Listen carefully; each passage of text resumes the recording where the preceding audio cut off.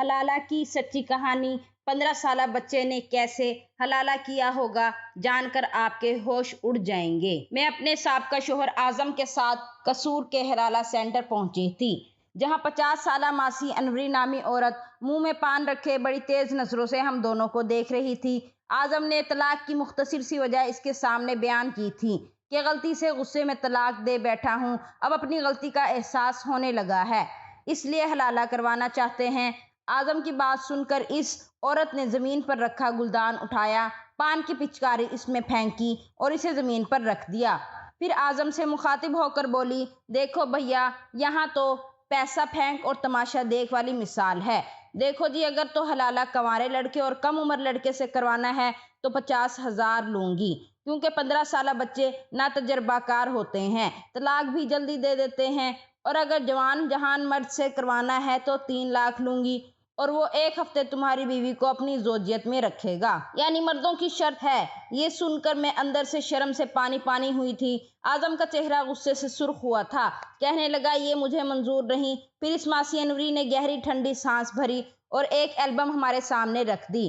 اس میں 40 سے لے کر 60 تک کے مردوں کی تصویریں موجود تھی۔ 2 لاکھ لیں گے اور 2 دن بعد طلاق بھی دے دیں گے۔ پھر کچھ آگے بڑھ کر بولی، میرے پاس نئے پٹھان لڑکے بھی کشمیر سے آئے ہیں، انہیں ابھی اتنی قیمتوں کا اندازہ نہیں ہے، اگر کہو تو 1 لاکھ میں بھی حلالہ کرنے پر تیار ہو جائیں گے، اور طلاق بھی صبح ہوتے ہی دے دیں گے۔ حلالہ سینٹر تھا یا مردوں کا طوائف خانہ؟ میرا جی چاہا وہاں سے باہر بھاگ جاؤں، اعظم سے کہوں کہ مجھے اس اذیت سے نہیں گزرنا، بس وہ مجھے میرے بچے واپس کر دے، میں اپنی زندگی اپنے بچوں کے ساتھ ہی بسر کر لوں گی۔ اعظم نے 1 لاکھ جیب سے نکال کر رکھ دیے، کہنے لگے، پٹھان سے آج ہی نکاح کروا دیں اور کل صبح ہوتے ہی وہ میری بیوی کو طلاق دے دے۔ ماسی انوری کی آنکھیں ان پیسوں کو دیکھ کر چمکی تھیں، کسی بھوکے شکاری کی طرح ان پیسوں پر لپکی تھیں۔ جلدی سے پیسے اس نے پکڑے اور گننے لگیں، لیکن مجھے یہ لگا کہ جیسے میرا دل کسی نے مٹھی میں لے کر دبوچ لیا ہو۔ اعظم کے علاوہ آج تک کسی مرد نے میرا ہاتھ تک نہیں چھوا تھا، اور حلالہ میں کیسے کسی اور مرد کی سنگت میں وقت گزار سکتی تھی؟ میں نے اعظم کی طرف بے بسی سے دیکھا تھا اور نفی میں سر ہلانے لگی، لیکن وہ اپنی نظروں سے ہی مجھ سے منت کر رہا تھا کہ میرے گھر، بچوں اور میری خاطر یہ قربانی بھی تمہیں ہی دینی ہے۔ میں نے آنکھیں بند کی تو اپنے بچوں کو روتے ہوئے چہرے نظر آنے لگے، کئی آنسو میری آنکھوں سے نکل کر بہے تھے۔ کچھ ہی دیر میں اعظم کی موجودگی میں ہی میرا نکاح ایک پٹھان سے کر دیا گیا۔ میں نے کس دل سے اسے قبول کیا تھا یہ میں جانتی ہوں۔ ماسی حلالہ سینٹر کے برابر میں ہی ایک کم قیمت ہوٹل بھی موجود تھا، جہاں مجھے حلالہ کے نام پر ایک رات گزارنی تھی۔ وہی ماسی انوری مجھے کمرے میں لے گئی اور مجھے وہاں بٹھا کر واپس چلی گئی۔ میں یہ سوچ رہی تھی، کیا سچ میں یہ میری آخری آزمائش ہے یا مزید آزمائشوں کی شروعات ہونے والی ہے؟ عورت ہی کیوں آزمائشوں کی بھٹی میں ہر بار جلتی ہے؟ بیٹی کے پیدا ہوتے ہی اسے پرایا دھن کہہ دیا جاتا ہے۔ میکے میں بیٹی کی پرورش کرتے ہوئے یہی کہتی ہے کہ یہ تیرا گھر نہیں ہے، تیرا گھر تو تیرا سسرال ہے، اور سسرال میں سب کہتے ہیں یہ تیرا گھر نہیں ہے جو تیری منمانی چلے گی، اس لیے ہماری مان کے چل۔ شوہر کے ذاتی مکان میں رہتے ہوئے بھی وہ سمجھتی ہے کہ یہ میرا گھر ہے، اس لیے اس گھر کو سجانے سنوارنے میں خود کو بھول جاتی ہے، لیکن مرد کے 3 جملے اسے اس گھر سے بے دخل کر دیتے ہیں، اسے سمجھا دیتے ہیں یہ گھر بھی اس کا نہیں ہے جسے وہ اب تک اپنا سمجھتی آ رہی تھی۔ جس رشتے کی خاطر وہ ہر تکلیف کو سہ رہی تھی، وہ ایک لفظ کی کچی ڈور سے ٹوٹنے والا نہایت ہی نازک سا بندھن تھا۔ میرے ساتھ ایسا ہی تو ہوا تھا، کیا نہیں سہا تھا میں نے ایک گھر بسانے کے لیے، لیکن اعظم کے 3 جملوں نے مجھ سے تو جیسے میرے جینے کا حق تک چھین لیا تھا۔ مجھے یاد آنے لگا جب میری اعظم سے شادی ہوئی تھی وہ کتنا خوش تھا۔ اعظم نے مجھے اپنے دوست کی شادی پر دیکھا تھا اور مجھ پر فدا ہو گئے تھے۔ ان کی والدہ اپنی بھتیجی لانا چاہتی تھی، لیکن اعظم کی ضد کے سامنے مجبور ہو کر مجھے بس اعظم کی پسند پر ہی لائی تھیں۔